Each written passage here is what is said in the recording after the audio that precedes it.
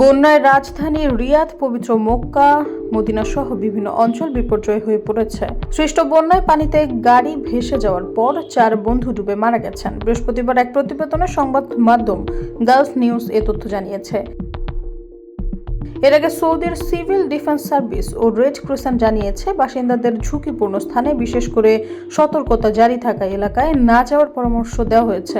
সামাজিক যোগাযোগ মাধ্যমে ছড়িয়ে পড়া বিভিন্ন ভিডিওতে দেখা যাচ্ছে মক্কা মদিনার রাস্তাঘাট প্লাবিত হয়েছে, গাড়ি ভেসে যাচ্ছে ও ভবন ডুবে যাচ্ছে। এছাড়া উপত্যকা ও নিচু এলাকাগুলোতে পানি জমে আছে। প্রতিবেদনে আরও বলা হয়েছে, ঘটনার সময় মাগরিবের নামাজ আদায় করে গাড়িতে করে একটি বিশ্রামাগারে ফিরছিলেন তারা, কিন্তু যাওয়ার পথে এই মর্মান্তিক ঘটনা ঘটে। রাস্তায় চলার সময় মক্কার দক্ষিণে ওয়াদি আরনাতে বন্যা দেখে তারা অবাক হয়েছিলেন। তারা ভেবেছিলেন যে গাড়িটি পানির মধ্য দিয়ে যেতে পারবে, তবে ঢেউ এত বেশি ছিল যে গাড়িটি ডুবে যায়।